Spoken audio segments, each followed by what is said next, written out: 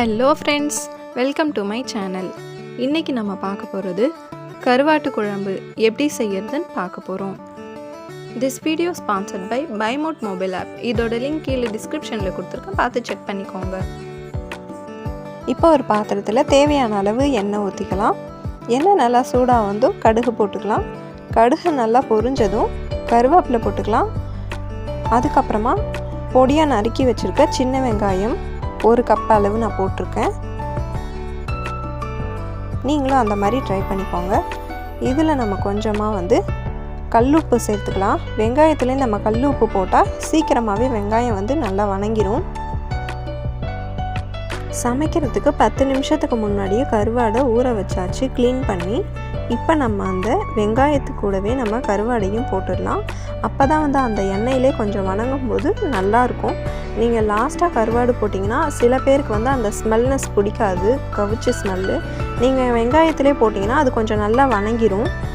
அடுத்து இது கூடவே நம்ம கத்திரிக்காய் ஆட் பண்ணிக்கலாம். அது வாசனைக்காக தான். ஒரு 4 கத்திரிக்காய் போதும்.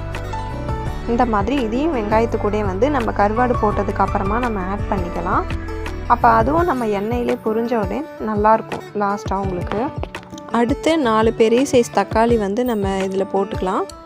இது இந்த பாருங்கள், நல்லா இந்த மாதிரி மசிச்சு விட்டுடணும். இந்த மாதிரி எண்ணெய் திரண்டு வர்ற அளவு நம்ம நல்லா வணக்கி விடணும். அப்போ தான் நல்லாயிருக்கும். அடுத்து நம்ம இது கூடவே 4 பல்லு பூண்டை தோல் உரித்து இந்த மாதிரி இடித்து நம்ம இது கூட சேர்த்துக்கலாம். அப்போ தான் அதோட எசன்ஸ்லாம் நம்மளுக்கு இதில் இறங்கும். இப்போ நம்ம இதில் மசாலாலாம் ஆட் பண்ணிக்கலாம். மஞ்சள் தூள் 1/4 ஸ்பூன், மிளகாய் தூள் 1 ஸ்பூன், கொத்தமல்லி தூள் 2 ஸ்பூன் போட்டுக்கோங்க. உங்களுக்கு ரொம்ப திக்னஸாக வேணும்னா உங்களுக்கு கொத்தமல்லி தூள் நீங்கள் எக்ஸ்ட்ரா போட்டுக்கலாம். நாங்கள் இது கிரேவி பதத்துக்கு திக்னஸாக செய்யலை, கொஞ்சம் தண்ணி மாதிரி தான் நாங்கள் செய்கிறோம். உங்களுக்கு நீங்கள் எப்படி வேணுமோ நம்ம இதில் ஆட் பண்ணிக்கலாம். அடுத்து எலுமிச்சை சைஸ் அளவில் புளி ஊற வச்சுருந்தோம். இப்போ அதை நம்ம அந்த புளி தண்ணியை மட்டும் நம்ம இதில் ஆட் பண்ணிக்கலாம். ஆட் பண்ணி இந்த மாதிரி நல்லா நம்ம கிளறி விட்டு கொஞ்சம் எண்ணெய் திரண்டு வர்ற அளவு நம்ம விட்டுடணும்.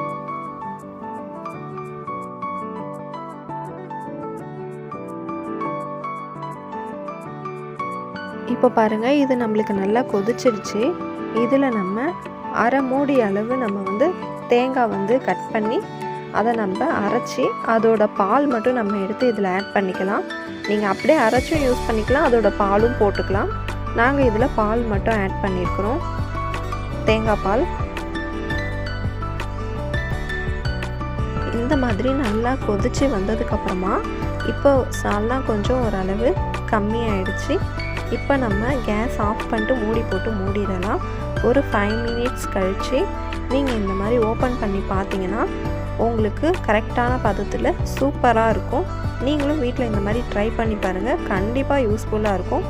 இந்த வீடியோ உங்களுக்கு பிடிச்சிருந்தா லைக் பண்ணுங்கள், ஷேர் பண்ணுங்கள், கமெண்ட் பண்ணுங்கள், மறக்காமல் சப்ஸ்கிரைப் பண்ணுங்கள். தேங்க்ஸ் ஃபார் த வாட்சிங்.